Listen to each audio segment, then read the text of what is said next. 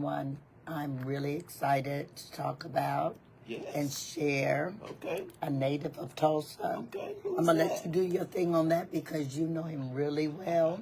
But there was so much buzz when we dropped who was going to be on the show today. Yeah, when I think of photography or luxury photography in Tulsa, it's not many. It's probably like a handful, if that. That, right? So when Monroe released his website and he took the leap to New York and he just just showing Tulsa, oh, I can do this, and this is how I'm gonna do it. Yeah.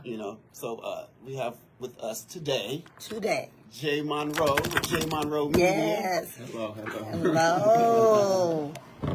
Welcome. Appreciate you stopping by, brother. Hola. Tell us a little bit about you, Monroe. Yeah, I am a Tulsa native, born on 43rd, went to Tulsa Central, went to Hawthorne, went to Walt Whitman, went to Thoreau, bred and better, went to Langston University, so I'm like true blooded Oklahoman that was engulfed in the culture of Oklahoma, and I use my experience to take over the world in my own mind, and landed in New York in 2019. Gotcha. What prompted you to go to Langston? Honestly, I didn't want to go to Langston, if I'm being honest. It was everything, because growing up in Oklahoma, it was just, I only saw the world that I wanted to be in on the television screen, and it felt so far away from me. That was the first opportunity that I was able to even consider leaving the city for college, so I was like, I want to leave the city now. But thankfully, circumstances and God, everything fell in line, and my mom was like, well, you can go to Langston and you can go to another school after you leave. But once I stayed at Langston for one semester, I fell in love. And I think it was also very intentional that I'd stay there and get my college education in Oklahoma to kind of get myself rooted deeper into the culture that is Black Oklahoma, from the Black towns. Exactly, and I think I needed that.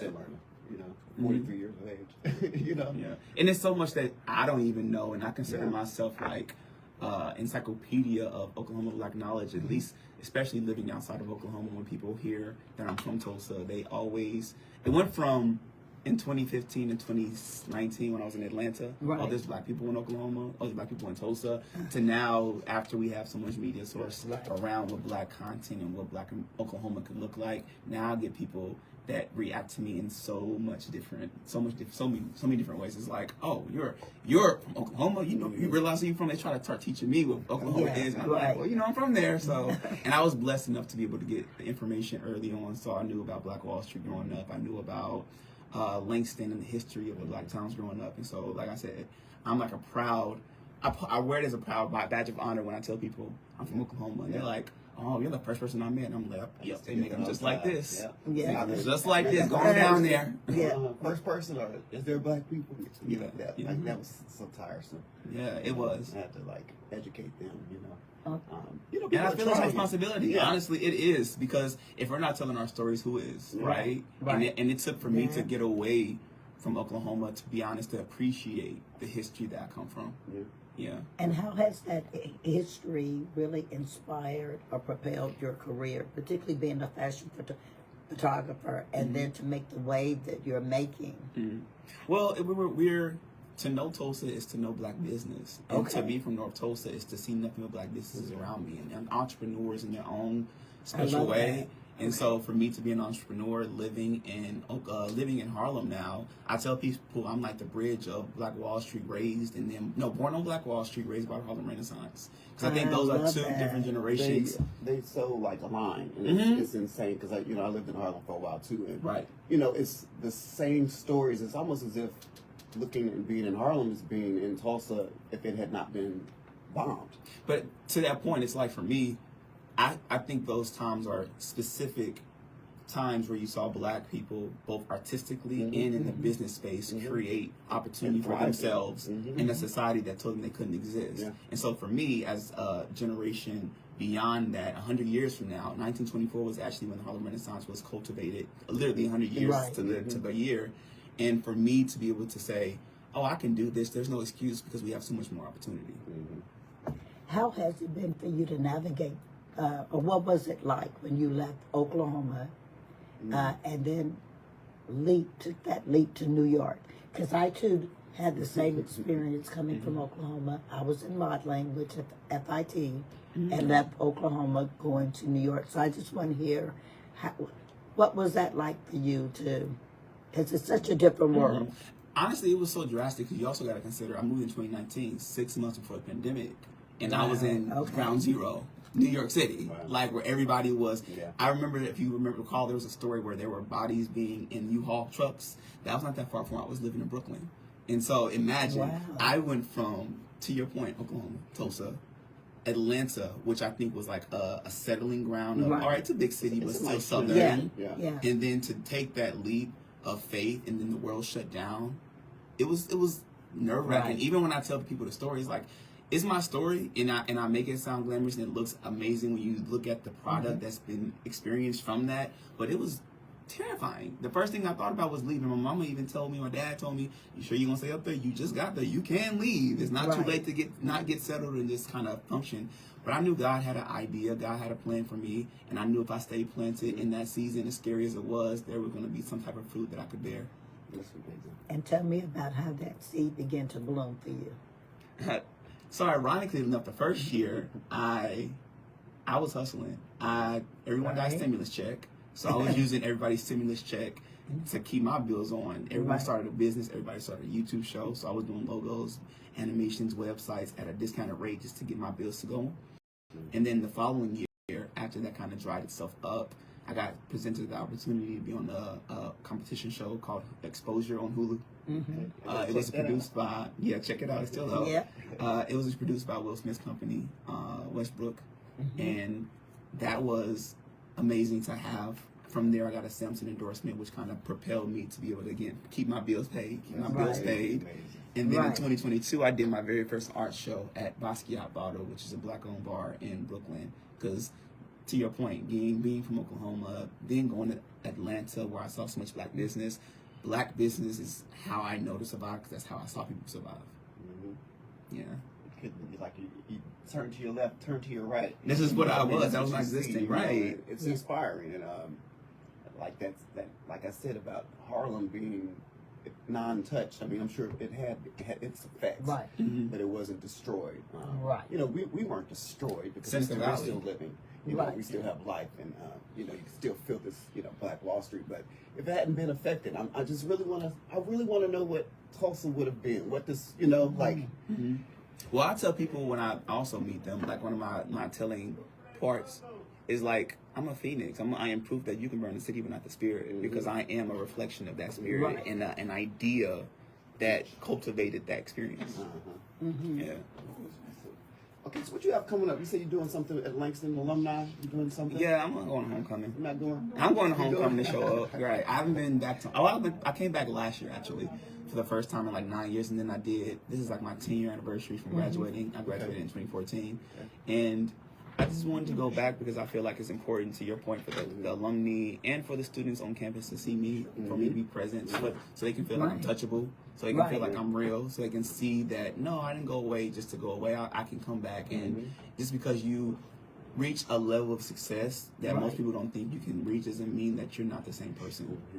Because to the core of me, I really am the exact same person. I'm also doing photo shoots.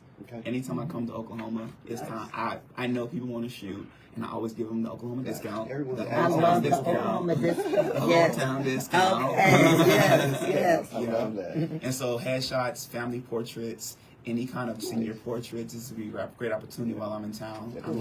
This is like that high school senior picture time. Right. And holiday time. The first time I got paid ever to even shoot was graduation photos. So that's why I think it's also just my job to always provide myself to the community, to be able to shoot the people in the next generation of students that are going to go on and like add to the story that is Oklahoma.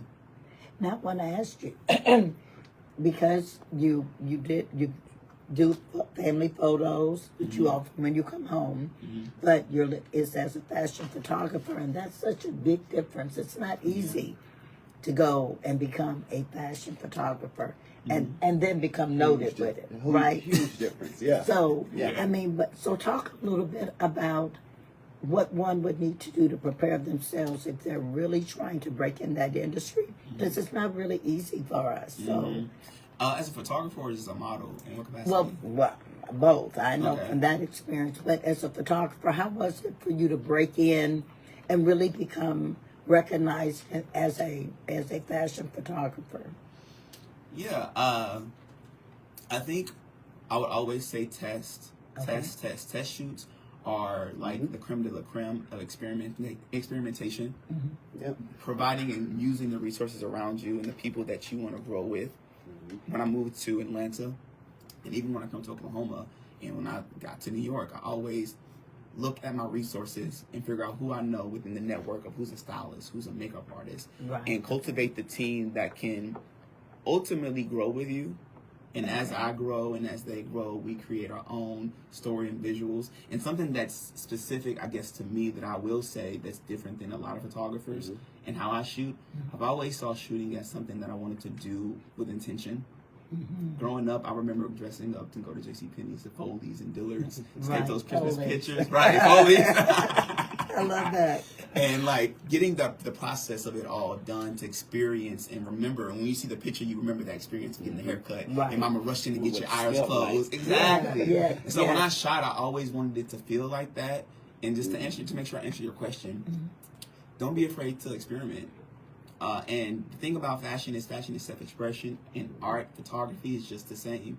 So don't be afraid to express yourself and figure out what your eye is, because as you keep practicing, you'll be able to polish whatever that eye is. Find a mentor that you can feed into. A big person that was important to me when I moved to Atlanta was Derek Blanks.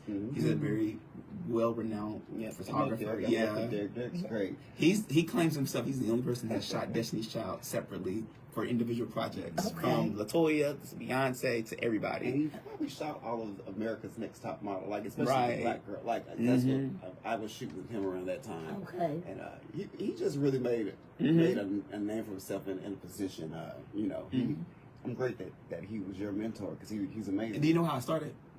I had just moved to Atlanta. Okay. I had been there maybe 6 or 5 months.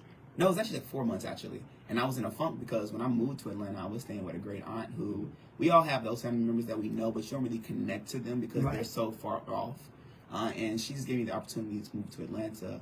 And I was visiting one of my other cousins. Her name is Shay. She was like, "You sure you have this guy named Derek Blanks?" And so I went to his website. I saw there was an application for internships.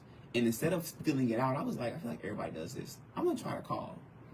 And me calling was God, listening to God tell me what to do and being obedient to that. When he called, That's so real. His mom, Freddie B, who I still to this day love to death, she answered the call. And if anybody knows Derek, she never answers the call. It's always his assistant, but his assistant happened to be out of the town that day. And so she was talking to me, heard that I was from Oklahoma because she heard my country accent. And she's from Mississippi. She said, "Where you from?" I said, "Oklahoma." She's like, "I have family in Oklahoma. Come on in and like we can interview you." I interview him. I don't even interview with him. I interview with her. Okay. He's working on a whole nother project, not paying me no mind. And so I just consistently interview. She says, "If you have any projects, just come." And I took upon myself to go every day. Every morning. I was there before people got there. And I became a familiar face. And then eventually I became his retoucher. Then I became his creative director. And then so on and so forth. But that all just came from me taking a risk and listening to God to say, "No, don't do it. And don't fill the application out. Just take the call." That's so imperative. Because so many times we miss what I call that aha moment. Because we don't listen when God urges you, because you think that's crazy. Exactly what I thought it was. was. Like, okay, you're right. I'm gonna do that. And that was that. And also that hard work and not being afraid to your point, show up. Yeah. Regardless, because imagine me in the heat of Atlanta in a full blue suit, collar shirt, button up, tie and all, and even when I walked in, you could tell they were not used to people showing up interviews like that. But that's just, again, that Langston culture that taught me when you show up, you got to show up, because you only got one shot. That's comes from black families and having a representation of yourself and your style and and a presence. So important. Not showing up in hoodies and t-shirts and you say that now I show up in hoodie and t-shirts. T-shirts and sweatpants. Come on. We got to break especially this generation. I know on my off day that's what I'm wearing, but when I'm showing up, I'm not showing up like that. Right. You're not going to be taken, serious. Like, what are you trying to do here? And we're losing that because of the pandemic. Yeah. We're so used to being so like Everything. Right. virtual. We forget that human interaction is just as important. And like you calling, no one's calling. Now I'm going to ask you both, because you're both HBCU graduates. Do you think that is something that a foundation that's laid in preparing you to move forward? You know, how to dress, how to move, step into the world and go claim your space. Because I always, that energy from HBC, there's a different whole vibe, that it's like we can come in, we know how to come in. And do you think the preparation to make sure that you are acknowledged or presented, that you do get that foundation from there? For sure, yeah. I think, to your point, HBCUs, they iron it down. But your parents and the family, if you come from a certain kind of family, they plant that seed and they grow it to the point where you can grow it. And then the HBCU culture, you then just see so many different aspects of Black people from different parts of the world doing it. So then you kind of find and master what you think it looks like. But for sure, like that business casual Tuesday is important. I was going to say those mandatory suits. And certain days that it photos, anything like anytime we had to have a black jacket on, at least a white shirt. So. And I'm a little extremist, so even when I was in undergrad, when I was doing it, I was showing up every day in a suit. I didn't even own a pair of tennis shoes for the 4 years I was in college because I took it that serious. Wow. I love that. I mean, I don't do it now. Well, you don't have to now. That's true.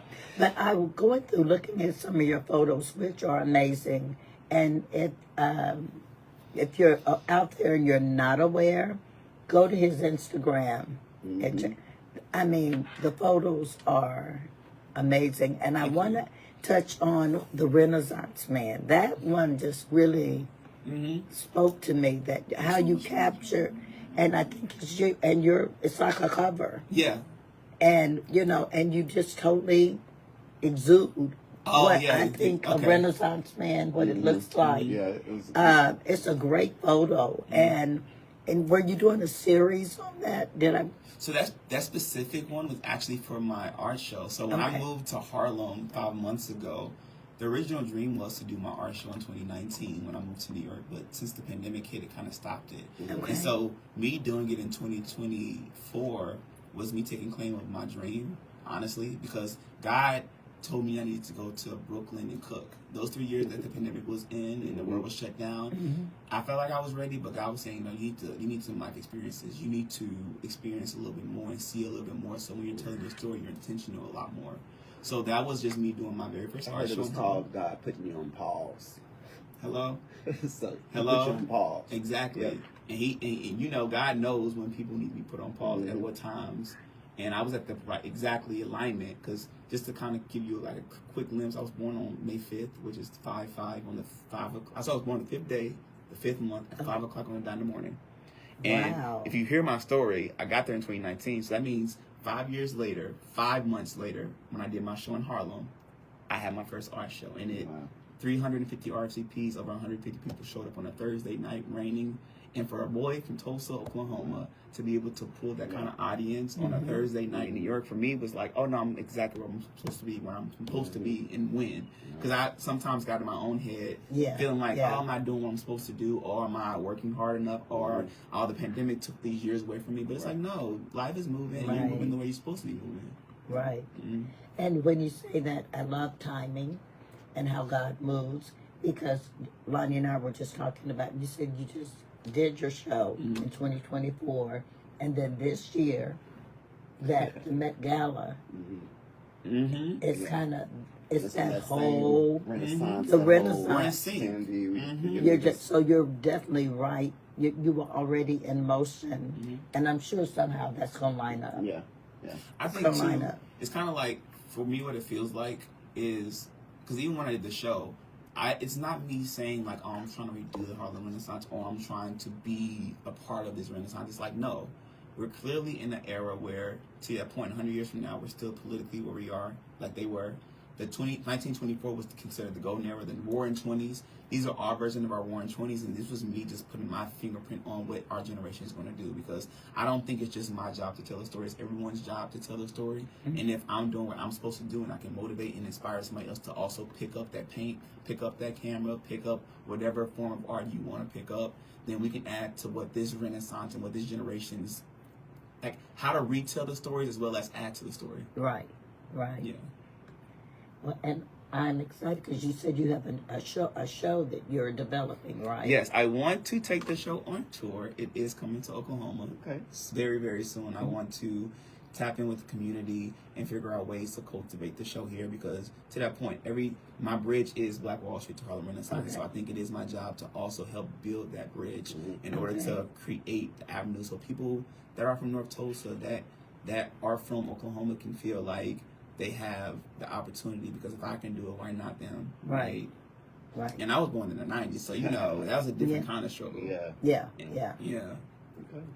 That is exciting. Also, it was the class. I'm also working on the photography class. Okay. So that's in December. You're doing $250. That's the rate. Yes, $250 to sign up for the class. It's going to be a full day event where I'm going to be teaching you how to set up lighting, how to work the camera, how, if you're a professional, you have a business, needs to be opportunity for you to learn how to brand yourself, brand your business. If you're a content creator or an influencer or aspire to be one, this is an opportunity to do so.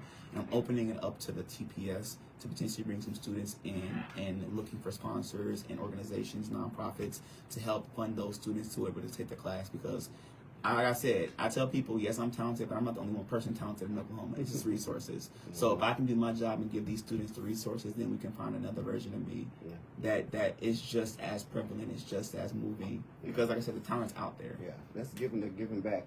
I love that. And now, what are the dates on that? And you said there are only 30 students. Is that? Yeah, I'm trying to tap into at least 30 students. Tap into maybe 20 regular like adults, anybody else who's looking to be a part of it. And as of now, the date is not pending, but it will be toward December, a little bit before Christmas, maybe a week before Christmas. Like I said, we're still working on it, and that's why I'm in town, to kind of get that place, because last year I did it, and the turnout was beautiful. Nice. What's your website? Website's www.jmonroemedia. Say that one more time. www.jmonroemedia. I better check this brother out. And you can check me out on Instagram at monroe.media, or my personal page, jmonroe, JMNROE. There's no O between the J and the N because somebody took it. Okay. I love that. And you have a T-shirt. I want you to show. Yes. These T-shirts will be on sale officially tomorrow on the website. Nice. My skin is black. This is actually one of the prints that was featured on the show. It is. Okay. It is. And it matched the hat. Oh, yes. And the quality is good. This is just a sneak peek of the merch that I'm coming. I like that. But honestly, all the shirts that I've made as of now have all been like motivating and to affirm my blackness, to affirm our blackness.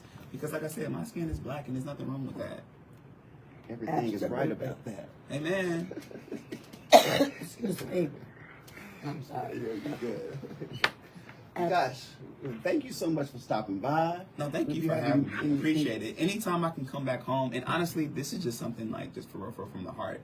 The fact that you even asked me to do this, I was like, well, I got asked to do a show in my own hometown. Like, and you just so happen to be in town? Right. That's no, that's alignment. Amen. Yeah. God's moving. Yeah. But thank you so much for stopping by. Juice KBOB 89.9 FM, Bobby Eaton Show. Come on, stop back by again. Oh yeah, y'all family now. So anytime I'm in town, I'm gonna be like, I gotta go check. We're gonna bring you in. And one more time, just say your website and where people can go and get your shirt, and definitely get in and support and sign up for that photo shoot. Yes. www.jmonroemedia.com. And if you're interested in taking a class, please send us an email. I'll give you my personal email. It's jmonroe@jmonroemedia.com. So email me directly. It was going to be me. If you're interested in taking the class, or if you're looking to book a photo shoot with us while I'm here. Great, because there's tons of people out here looking for photographers or looking for someone Yes. you know, to Take advantage, right? You know, you have this kind of talent available and resources. Keyword you said multiple times, utilizing your resources and showing up. You know, hearing it, and if you hear that urge, don't hesitate. Yeah. Send that email out, and classes are limited. There will only be 30 students. So And 20 regular spots. Yes. Yes. Yes. Book it up. Book it up. well, and again, please go check out his photography. Incredible. And we look forward, and hopefully your show will be coming. Our show will be coming to Oklahoma. Yes. And We will be come there. Back. I'm gonna come back and promote it here. I'm gonna say, hey y'all, this is the date. This is where it's gonna be at. Definitely come on back. Okay, we got you. We're gonna Thank you. definitely push it out there. Yes, absolutely. That's what our job is now. Okay. Do. Well, thank you so much for coming today. And Eli, your manner is amazing. Thank you for allowing that. So we appreciate that, and hope you have a great time at Langston. My son-in-law, I have to give a shout out. Oh, yeah. Langston graduate. He's already there. Exactly. And you also have something else in common. He's a bruh. Oh, Roots to the Bruh. Yeah. Yeah. I can't do that because he gets me get in trouble, but I send that back through him. Yeah. He's got you. Have a great time and enjoy your home.